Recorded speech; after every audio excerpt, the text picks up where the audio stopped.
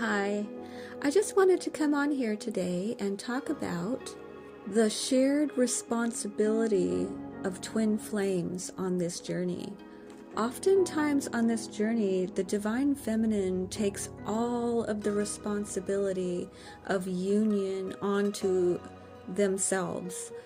We are oftentimes the ones that are giving in the connection, always reaching out and trying to make things happen, make things easy for the divine masculine, protecting the connection, always validating the divine masculine, and just in a sense almost babying the divine masculine. Always there, always at the drop of a hat, just drops everything for them. And in this message today, I just want to say that actually we need to give the responsibility back to the divine masculine. The success of this journey and being able to come into union is not fully the responsibility of divine feminine, and they need to learn how to give a big portion of the responsibility back to divine masculine to allow them to step into their power on their own. It is essential that divine feminine stops babying and stops mothering the divine masculine, always there for them at the drop of the hat, never prepared to really walk away from the connection and just live their life. And really, this is not the way that this journey works. The responsibility is shared responsibility. They need to have responsibility too. They are responsible for their part of the energy and stepping into their divine masculine energy. And their energy, they are the powerhouse, as I have spoken about before. And so they have the ability to be a force to be reckoned with and to make union happen. But as long as they are being babied and coddled and, validated constantly by divine feminine, they are just not going to step into that energy. You have really got to come to a point as divine feminine of really coming to a place of being prepared and ready to turn your back and even reject the divine masculine if they are not stepping into their power. If they are not doing that, the best thing to do is to turn your back to that connection. Stop waiting for them. Turn your back to it. Live your own life. Don't ever wait for them. This is not the right thing to do. They don't do that. They don't do it. They have given us the harsh treatment of walking away from us. They walk away and they, go into other relationships and they live their own life. And really, divine feminine needs to have the strength to do the same exact thing in return. We need to have the strength to turn our backs to them and not look back, in a sense. This journey is a lot like a paradox, okay? It's not until we come to that point of really being strong enough to turn our back to them, to move on, to stop validating them, stop dropping everything for them, stop making it easy for them. Making things easy for them and giving them the easy way out is not going to help them to step into their power. The only thing that's going to make them step into their power is a little bit of tough love. Divine feminine has got to give divine masculine some tough love eventually on this journey. That's what they did for us, okay? They do it. They had to give us the tough love of turning their back to us, going into other relationships, moving on with their life, doing their own thing. Well, there comes a time where divine feminine really has to step into her power and actually be strong enough to reject, not just turn your back, but reject the divine masculine. I know this seems counterintuitive, but it's a paradox. This whole journey is a big paradox, and none of it actually makes sense because it's not a normal 3D connection. There is energetically a lot going on there. And divine feminine, once she is actually strong enough to reject divine masculine, that's when he steps into his power. It's an energetic thing that happens, just like energetically when they pull away from us and reject us, it causes us pain, correct? It's very painful. We feel fractured. It's very hurtful, and it takes us to a place that forces us to grow. It forces us there. And, we wouldn't have done it if they were there by our side, babying us and, doing everything for us and validating us. That's not how we get there. We get there by having to be strong enough. We have no choice but to be strong enough. You don't know how strong you are until you have no other choice but to be strong.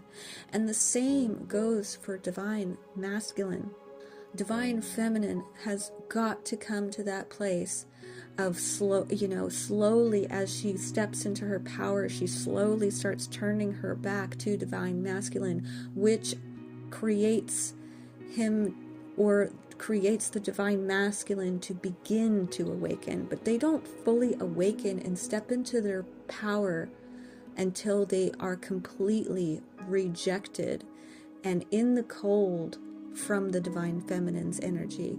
Divine feminine will finally and totally reject the divine masculine. And it's not until then that they will step into their power.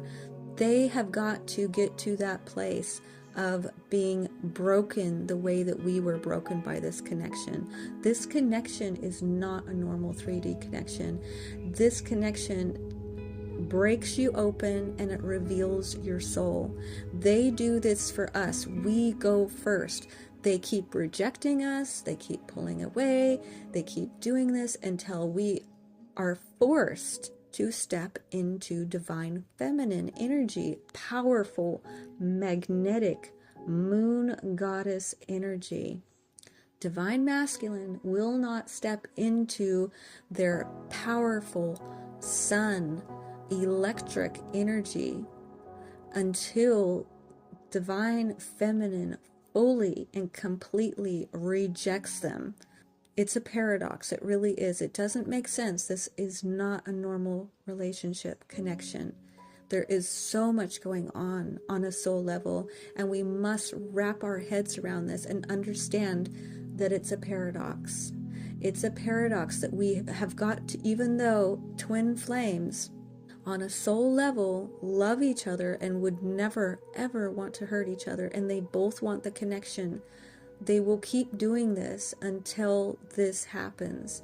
This is what breaks us open, and that's what breaks them open. It's the rejection.